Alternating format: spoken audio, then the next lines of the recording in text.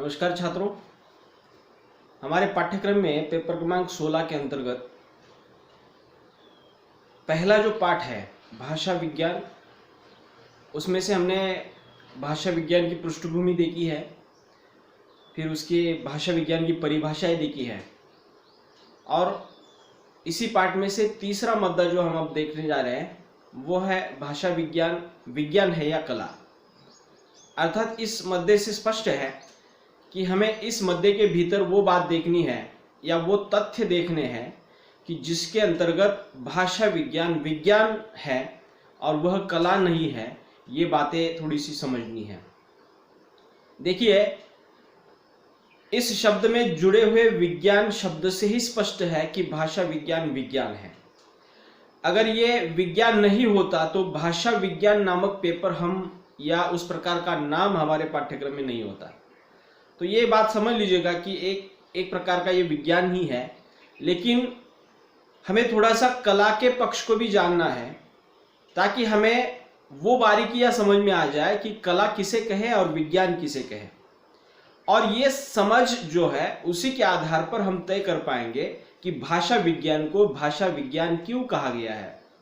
तो ये बातें थोड़ी सी महत्वपूर्ण लगती है। देखिए, हमने भाषा के बारे में परिभाषा पढ़ी थी कि हम जो भी कुछ हमारे दिमाग में हमारे मस्तिष्क में विचार उभरते हैं और वही विचार दूसरों तक जिस साधन के माध्यम से पहुंचाते हैं वो साधन मतलब भाषा है। अब ये सामान्य परिभाषा है और भाषा विज्ञान की भी परिभाषा हमने देखी। भाषा विज्ञान की परिभाषा में ये कहा गया है कि भाषा के विशिष्ट ज्ञान को भाषा विज्ञान कहा जाता है। मतलब भाषा के अंतर्गत मौजूद जितने भी उसके उपांग है, शब्द, अर्थ, ध्वनि, पद रचना, वाक्य रचना, अर्थ रचना, ये सभी स्थितियां जो है उसका गहराई तक अध्ययन जो है भाषा विज्ञान के अंतर्गत किया जाता है। तो सामान्य सी बात है कि हम सभी जानते हैं कि भाषा क्या है, कि जिसके माध्यम से हम बोलते हैं, हमारे विचार रखते हैं। ये हो गई सामान्य बात। लेकिन भाषा के अंतर्गत भाषा कैसे निर्माण हुई, भाषा में शब्द कैसे आ जाते हैं, शब्दों के भीतर अर्थ कैसे आ जाते हैं, पदों का निर्माण कैसे होता है, वाक्यों की रचना कैसे होती है, अर्थात ये सभी प्रश्न जो है भाषा विज्ञान को विज्ञान कहलाने में वहां पे महत्वपूर्ण भूमिका निभाते हैं। भाषा विचारों का आदान प्रदान है हम कहते हैं, लेकिन भाषा के मौजूद जो भी कुछ अंतर्गत मौजूद जो भी कुछ शब्द है वह शब्द भाषा में किस प्रकार आ जाते हैं उसका गहराई से अध्ययन भाषा विज्ञान में होता है। तो हम थोड़ी सी ये बात करेंगे कि मुद्दा हमारा है भाषा विज्ञान विज्ञान है या कला। तो दो बातें हम एक साथ सामने रखेंगे। पहली बात है कि कला मतलब क्या है उसको थोड़ा सा समझने की कोशिश करेंगे, उसके बाद विज्ञान मतलब क्या है उसको समझेंगे और दोनों के आधार पर हम समझेंगे कि कला के कटघरे में भाषा विज्ञान आता है या भाषा विज्ञान के कटघरे में भाषा विज्ञान आता है या विज्ञान के कटघरे में। तो देखिएगा, तो कला से संबंधित कुछ बात मैं आपके सामने रख देता हूं कि कला का संबंध जो है मानव जाति या उसके द्वारा निर्माण की गई वस्तुओं से या विषयों से होता है। देखिएगा, चित्रकला होती है या बहुत सारी जितनी भी कलाएं, शिल्प कला है, ये सभी जो है मनुष्य द्वारा निर्मित या उसके द्वारा बनाए गए विषय जो है वो कला के अंतर्गत आ जाते हैं। यही कारण है कि कला व्यक्ति प्रधान या पूर्णतः वैयक्तिक होती है। मतलब व्यक्ति प्रधान मतलब आप कुछ अच्छा गा लेते हो, आप कुछ अच्छा बजा लेते हो, आप कुछ अच्छा नृत्य कर लेते हो, तो ये आपकी अपनी कला है। इसलिए वैज्ञानिकों ने कला को वैयक्तिक माना है या किसी व्यक्ति से संबंधित माना है। अर्थात कला व्यक्ति सापेक्ष होती है। मतलब हर एक को ही अच्छा नाच करना आ जाए मुमकिन नहीं है, हर एक का अक्षर जो है अच्छा आ जाए मुमकिन नहीं है। मतलब क्या है, प्रत्येक व्यक्ति के भीतर वो कला जो है अपने अपने स्तर पर वहां पे होती है। मतलब कोई अच्छा चित्र बनाता है तो वो अच्छा चित्रकार कहलाया जाता है, सभी चित्रकार नहीं होते। कोई अच्छा गाना गाता है तो उसे गायक कहा जाता है, सभी गायक नहीं होते। तो मुझे बताना क्या है कि कला का संबंध मुख्यतः व्यक्ति से होता है और कला व्यक्ति सापेक्ष होती है। साथ ही साथ देश विशेष और काल विशेष का भी कला पर प्रभाव पड़ता है। मतलब अपने देश की कला अलग होती है। मतलब भारत का अगर चित्रकार, भारतीय परिवेश का अगर कोई चित्रकार है, वो अगर अपनी चित्रकारी निकालेगा तो उसके चित्र जो है भारतीय परिवेश के आधार पर, भारतीय प्रभाव के आधार पर वहां पे निकाले हुए दिखाई देंगे। वही दूसरी तरफ हम देखते हैं कि कोई विदेश का कोई चित्रकार है या कोई यूरोप खंड का या अफ्रीका खंड का कोई चित्रकार है, उसकी चित्रकारी में उसके देश का प्रभाव जो है वहां पे दिखाई देगा। मतलब क्या है कि कला एक तो व्यक्ति सापेक्ष होती है, दूसरा कला के ऊपर देश विशेष तथा काल का भी प्रभाव होता है। इसका अभिप्राय यह है कि किसी काल में कला के प्रति मूल्य रहते हैं, उनमें कालांतर में नए नए परिवर्तन उपस्थित हो जाते हैं तथा वे किसी दूसरे देश में भी मान लिए जाए, यह भी आवश्यक नहीं है। देखिएगा कि हमारे जो भी कुछ लेनिया है, मतलब प्राचीनतम शिल्प जो है, वहां पे हम देखते हैं कि हमारे प्राचीन काल में हमारी संस्कृति किस प्रकार की थी। तो कला का संबंध काल के साथ भी हम जोड़ सकते हैं। जैसे जैसे काल आगे बढ़ता है, कला में भी थोड़ा सा सुधार हो जाता है। मतलब कला में परिवर्तन आना स्वाभाविक है, क्योंकि काल के अनुरूप ही वहां पे उस कला के कुछ प्रभाव जो है वहां पे दिखाई देते हैं। तो इसलिए नए नए परिवर्तन भी कला में आ जाते हैं और देश में वो कलाएं जो है ऐसा नहीं कह सकते कि वही कला दूसरे देश में उसी रूप में हो। अर्थात प्रत्येक कला अपने अपने देश परिवेश में या वातावरण में विशिष्ट प्रकार के वहां पे स्वरूपों को वहां पे गढ़ती है। किसी व्यक्ति को किसी वस्तु में उच्च कलात्मक अभिव्यक्ति लग रही है किंतु दूसरे को वह इस प्रकार की न लग रही हो। देखिएगा, कोई तबला बजाता है और तबला जिसे पसंद है और वो तबला सुनने वाला आदमी बजाने वाले आदमी की तारीफ करता है। क्यों करता है?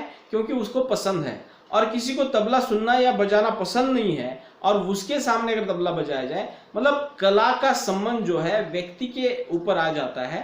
व्यक्ति के आधार पर कला का प्रभाव जो है वहां पे तय होता है। मतलब हर किसी को वह कला पसंद आएगी ऐसा नहीं है, लेकिन विज्ञान में वैसा नहीं है या विज्ञान के नियम वैसे नहीं होते हैं। विज्ञान जो है जो भी कुछ नियम बनाता है, जो भी कुछ सिद्धांत कहता है, वो सब कालों में, सब देशों में वह उसी रूप में स्वीकारे जाते हैं, अर्थात उसमें परिवर्तन नहीं होता। अतः कला की धारणा प्रत्येक व्यक्ति की भिन्न भिन्न हुआ करती है। इस बात पर आ जाइए कि कला जो है प्रत्येक व्यक्ति के अनुसार अलग अलग हो सकती है। प्रत्येक व्यक्ति के रुचि के अनुसार कला का स्वरूप जो है अलग अलग हो सकता है। कला का संबंध जो है मानव हृदय की रागात्मक वृत्ति से होता है। मतलब मनुष्य का जो हृदय है, किसी भी व्यक्ति को क्या अच्छा लगता है उसके आधार पर वो सभी अपनी गतिविधियां करता है।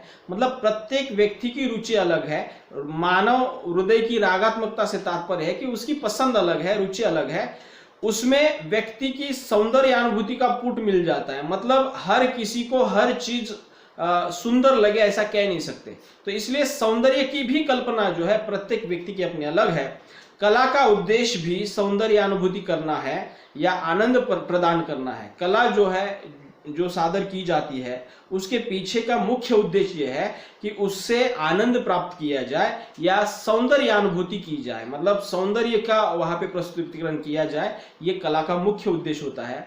किसी वस्तु का तात्विक विश्लेषण कला नहीं करती। मतलब कला का उद्देश्य हमने देखा कि उसका आनंद लेना या आनंद को प्रदान करना, ये कला का उद्देश्य है। लेकिन किसी वस्तु के तात्विक विश्लेषण को, वह वस्तु है क्या, क्यों बन गई है, इसका विश्लेषण से कोई संबंध जो है कला का नहीं होता।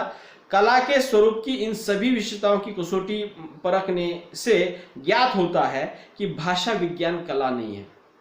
हम भाषा विज्ञान कला नहीं है पहले भी कह चुके हैं, लेकिन इन सभी बातों से भाषा विज्ञान कला नहीं है ये बात वहां पे स्पष्ट हो जाती है, क्योंकि उसका संबंध हृदय की सरसता वृत्ति से न होकर बुद्धि की तत्वग्राही दृष्टि से होता है। भाषा विज्ञान का संबंध जो है हृदय की आलात्मकता या सहृदयता से नहीं न होकर वो बुद्धि के आधार पर, बुद्धि के अंतर्गत जो भी कुछ तत्व आ जाते हैं वह उसके आधार पर सभी बातों को कसता है और तभी जाकर उसमें वो नियम बनाता है।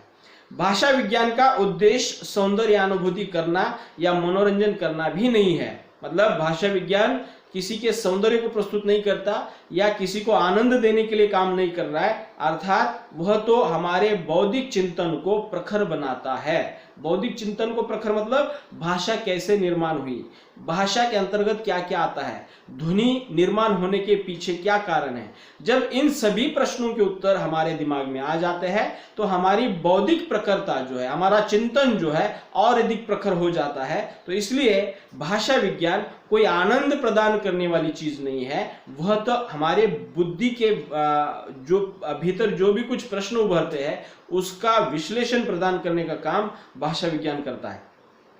भाषा के अस्तित्व का तात्विक मूल्यांकन करता है। मतलब भाषा का जो अस्तित्व है, हाँ आज हम जो भाषा बोल रहे हैं वह भाषा हम तक कैसे आ गई, वह भाषा 200 साल पहले, 500 साल पहले कैसी थी और उस जमाने में वो उस प्रकार की क्यों थी और आज ऐसी क्यों है, इसका तात्विक विश्लेषण जो है, इसका परिवर्तन जो है या उसका मूल्यांकन जो है भाषा विज्ञान हमारे सामने रखता है। उसका दृष्टिकोण बुद्धिवादी होता है। ये समझ लीजिएगा कि भाषा विज्ञान जो भी कुछ अध्ययन करता है उसके पीछे बुद्धि काम कर रही होती है और कला में हृदय काम कर रहा होता है। ये संबंध जोड़ दीजिएगा आप। भाषा विज्ञान के निष्कर्ष किसी व्यक्ति, राष्ट्र या काल पर परिवर्तित नहीं होते।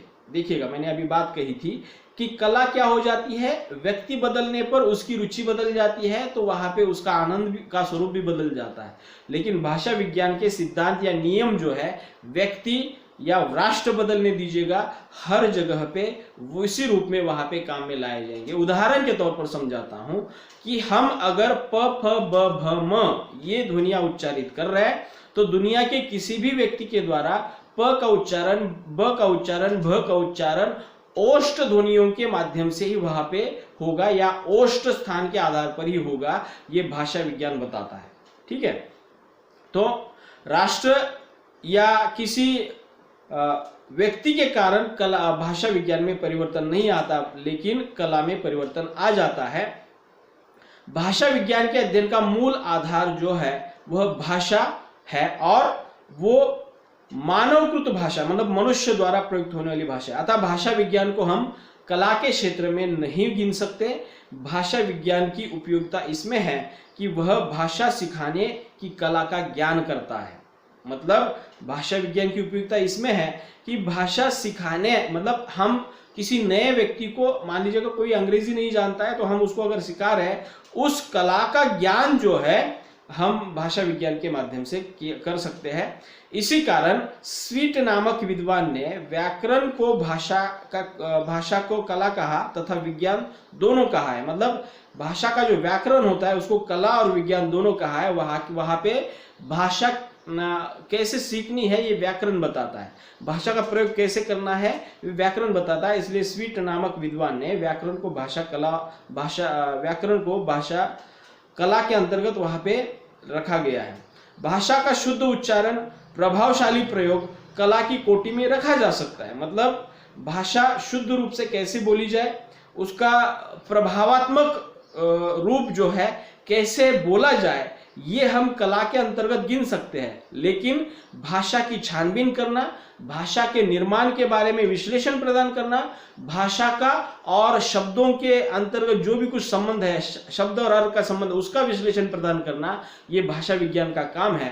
तो इसलिए ये जो बातें हमने देखी इसके आधार पर यही बात बताई जा रही है कि भाषा विज्ञान कला नहीं है, वह भाषा विज्ञान है। अगली बात, अगला मुद्दा हम उसी का देखते हैं कि भाषा विज्ञान कैसे है। तो उसको भी थोड़ा सा हमने देखना चाहिए, क्योंकि हमने देखा कि भाषा विज्ञान कला नहीं है, उसका हमने उदाहरण स्पष्टीकरण वहां पे लिया। अब भाषा विज्ञान कैसे है ये बातें थोड़ी सी समझेंगे। देखिए, भाषा विज्ञान को कला की सीमा में नहीं रखा जा सकता। यह निश्चय हो जाने पर यह प्रश्न उठता है कि भाषा विज्ञान भौतिक शास्त्र, रसायन शास्त्र आदि विषयों के समान ही विज्ञान है क्या, या पूर्ण विज्ञान है क्या। देखिए, अनेक विद्वानों में यह धारणा है कि भाषा विज्ञान विशुद्ध विज्ञान नहीं है। मतलब भाषा वैज्ञानिकों के भीतर ये हमेशा ये विचार आ जाता है कि भाषा विज्ञान अभी तक पूर्ण विज्ञान नहीं बन पाया है, अर्थात वो विशुद्ध विज्ञान नहीं है। उनकी धारणा के अनुसार अभी भाषा विज्ञान के सभी प्रयोग पूर्णता को प्राप्त नहीं हुए हैं। मतलब विज्ञान को हम भौतिक शास्त्र, रसायन शास्त्र, ये साइंस के जो विषय है उसको हम पूर्ण विज्ञान क्यों कहते हैं, क्योंकि उसकी पूरी छानबीन जो की गई है और उसके सूत्र जो है या उसके प्रयोग के आधार पर सिद्धांत गढ़े गए हैं। उसी प्रकार भाषा विज्ञान आधुनिक काल की उपज है, उसमें आज तक प्रयोग चल रहे हैं और बहुत सारा अध्ययन चल रहा है। तो उसके सभी सिद्धांत जो है, नियम जो है, प्रयोग जो है, पूर्णत्व की परिसीमा में अभी तक नहीं आ पाए हैं और उसके निष्कर्षों को इसलिए अंतिम निष्कर्ष नहीं कहा जा सकता। इसके साथ ही भाषा विज्ञान के सभी निष्कर्ष विज्ञान की भांति सार्वभौमिक और सार्वकालिक भी नहीं है। देखिए, अब ये विकास की प्रक्रिया, मतलब प्रयोग की प्रक्रिया चल रही है। प्रयोग जब पूर्ण हो जाएगा तब वहां पे हम विशुद्ध भाषा विज्ञान उसको कह सकते हैं, लेकिन अभी ये काम चल रहा है। इसलिए जिस प्रकार गणित के बारे में या गणित शास्त्र में या गणित विज्ञान में एक बात आ जाती है कि 2 और 2 4 हम गिनते हैं, अब ये भारत का व्यक्ति भी गिनेगा और दुनिया के किसी भी कोने का व्यक्ति गिनेगा, ये विज्ञान के द्वारा स्पष्ट हुई बात है।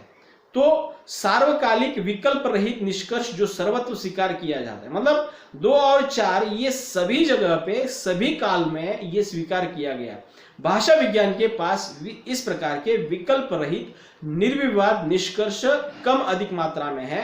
विज्ञान में तथ्यों का संकलन और विश्लेषण होता है और ध्वनि के नियम अधिकांशतः विकल्प रहित ही है। अतः कुछ विद्वानों के अनुसार भाषा विज्ञान को मानविकी एवं विज्ञान के मध्य में रखा जा सकता है। मतलब भाषा विज्ञान को पूर्ण विज्ञान हम नहीं मान सकते, लेकिन कला भी नहीं मान सकते, लेकिन कला और विज्ञान के बीच में अगर कोई स्थिति बन जाती है तो वो आज के भाषा विज्ञान की है, ऐसा कुछ विद्वानों का मानना है। विचार करने पर हम देखते हैं कि विज्ञान की आज की दूरस्थ प्रगति में प्रत्येक विशेष ज्ञान अपने आगामी ज्ञान के सामने पुराना और अवैज्ञानिक होता जा रहा है। अब देखिएगा, इसमें भी थोड़ी सी और बातें आ जाती है कि 500 साल पहले जो भी कुछ वैज्ञानिकों ने या भाषाविदों ने जो भी कुछ बातें कही थी वो आज थोड़ी सी अवैज्ञानिक लग रही है। जैसे जैसे इसमें अध्ययन हो रहा है, शोध कार्य हो रहा है, रिसर्च हो रहा है, वैसे वैसे नई नई बातें जो है सामने आ रही है। तो इससे हम कह सकते हैं कि पुराना ज्ञान अब थोड़ा सा अज्ञान के कटघरे में आ जाता है। तो कैसे देखिएगा, नित्य नवीन आविष्कारों के कारण आज के युग में वैज्ञानिक दृष्टि नित्य सूक्ष्म से सूक्ष्मतर और नवीन से नव्यतर होती चली जा रही है। मतलब नए नए संशोधन हो रहे हैं। आज के विकसित ज्ञान क्षेत्र को देखते हुए कई वैज्ञानिक मान्यताएं पुरानी और फीकी पड़ गई है। मतलब आज जितने भी सूक्ष्म से सूक्ष्म तरीके से जो अध्ययन हो रहा है उसके कारण पुरानी मान्यताएं जो है अब थोड़ी सी अमान्य होने लगी है। न्यूटन का प्रकाश सिद्धांत भी अब संदेह की दृष्टि से देखा जाने लगा है। इससे यह सिद्ध हो जाता है कि नूतन ज्ञान के प्रकाश में पुरातन ज्ञान भी विज्ञान के क्षेत्र से बाहर कर दिया जाता है। मतलब जैसे जैसे हम नया ज्ञान प्राप्त कर रहे हैं वैसे वैसे पुराना ज्ञान थोड़ा सा जो है वहां पे पीछे हट रहा है, विज्ञान के कटघरे से बाहर जा रहा है। अतः विशुद्ध ज्ञान की दृष्टि से विचार करने पर भाषा विज्ञान को हम विज्ञान के ही सीमा क्षेत्र में पाते हैं। अगर विज्ञान में भी प्योर साइंस में भी नए नए संशोधन, अगर नए नए शोध हो रहे हैं और नई नई धारणाएं बन रही है, पुराना ज्ञान जो है बाहर चला जा रहा है, तो हम उसके आधार पर हम कह सकते हैं कि भाषा विज्ञान की भी वही स्थिति है। भाषा विज्ञान भी अभी काम कर रहा है, उसके बारे में अध्ययन कर रहा है, शोध कार्य चल रहे हैं। तो उस कटघरे में अगर विचार करेंगे तो भाषा विज्ञान विज्ञान की इस परिसीमा में ही आता है। भाषा विज्ञान निश्चय ही एक विज्ञान है जिसके अंतर्गत हम भाषा का विशेष ज्ञान प्राप्त करते हैं। यह सही है कि अभी तक भाषा विज्ञान का वैज्ञानिक स्तर पर पूर्णतः विकास नहीं हो पाया है। यही कारण है कि प्रसिद्ध ग्रीम नियम के आगे चलकर ग्रासमान और वर्नर को उसमें सुधार करना पड़ा। उक्त सुधारों से पूर्व ग्रीम का ध्वनि नियम निश्चित नियम माना जाता था और सुधारों के बाद भी वह नियम निश्चित नियम ही माना जाता है। इस प्रकार नए ज्ञान के प्रकाश में पुराने सिद्धांतों का खंडन होने से विज्ञान का कोई विरोध नहीं है। वास्तव में यही शुद्ध विज्ञान है। मतलब जैसे जैसे उसमें सुधार होता जा रहा है, यही एक शुद्धिकरण की प्रक्रिया वहां पे चल रही है। सन 1930 के बाद जहां वर्णनात्मक भाषा विज्ञान को पूर्णतः महत्व प्राप्त हुआ, वहां तब से लेकर आज तक द्रुत गति में विकास हुआ। जब से ध्वनि के क्षेत्र में यंत्रों की सहायता से नए नए परीक्षण प्रारंभ हुए हैं तथा प्राप्त निष्कर्ष पूरी तरह नियमित होने लगे हैं, तब से भाषा विज्ञान धीरे धीरे प्रगति करता हुआ विज्ञान की श्रेणी में माना जाने लगा है। मतलब जैसे जैसे 1930 के बाद वर्णनात्मक भाषा विज्ञान की शाखा जो है सामने आ गई और उसमें निरंतर वहां पे विकास परीक्षण करते हुए आज का भाषा विज्ञान जो है विज्ञान की श्रेणी में वहां पे रखा जाने लगा है। विज्ञान की एक बड़ी विशेषता है उसका प्रयोगात्मक होना। मतलब विज्ञान में जो भी कुछ होता है वो प्रयोग के आधार पर सिद्ध किया जाता है। अर्थात विज्ञान की वही विशेषता है कि प्रयोगात्मकता। अमेरिकी विद्वान बलूमफील्ड सन 1933 के बाद अमेरिकी भाषा वैज्ञानिकों ने ध्वनि विज्ञान और रूप विज्ञान आदि के साथ साथ भाषा विज्ञान की एक नवीन पद्धति के रूप में प्रायोगिक भाषा विज्ञान का बड़ा तीव्रता के साथ विकास किया हुआ दिखाई देता है। इस पद्धति के अंतर्गत भाषा विज्ञान को प्रयोगशालाओं का विषय बनता जा रहा है और उसके लिए अनेक यंत्रों का आविष्कार हो रहा है। यह देख निश्चित रूप में इस विषय को विज्ञान ही कहा जाएगा, इसमें तनिक भी संदेह नहीं है। मतलब आज भाषा विज्ञान प्रयोग के आधार पर जो भी कुछ सिद्धांत सामने लाया जा रहा है उसमें नए नए उपकरण जो है वहां पे बनाए जा रहे हैं और यांत्रिक आविष्कारों के कारण यह प्रयोग के कटघरे में आने के कारण ये भाषा विज्ञान जो है विज्ञान के कटघरे में वहां पे आ जाता है, उसमें तनिक भी संदेह नहीं है। आजकल जबकि समाज विज्ञान, मनोविज्ञान, शास्त्रीय विषयों के लिए जहां विज्ञान शब्द का प्रयोग करने की परंपरा चल पड़ी है, तब शुद्ध कार्य कारण परंपरा पर आधारित भाषा विज्ञान को विज्ञान कहना किसी भी दृष्टि से अनुचित नहीं है। अर्थात इतना समझ लीजिएगा कि आज भाषा के क्षेत्र में जो भी कुछ संशोधन हो रहे हैं उन संशोधनों के आधार पर, प्रयोग के आधार पर आज का भाषा विज्ञान विज्ञान ही है, इतना समझ लीजिएगा। तो ये भाषा विज्ञान विज्ञान है या कला, इसमें हम निष्कर्षतः ये कह सकते हैं कि भाषा विज्ञान कला नहीं है, भाषा विज्ञान विज्ञान है। ठीक है, तो इस तरह से ये मुद्दा जो है आप गंभीरता से थोड़ा सा सुन लीजिएगा। अगले लेक्चर में मैं अगला मुद्दा लेकर उपस्थित रहूंगा। तब तक के लिए रुकते हैं, धन्यवाद।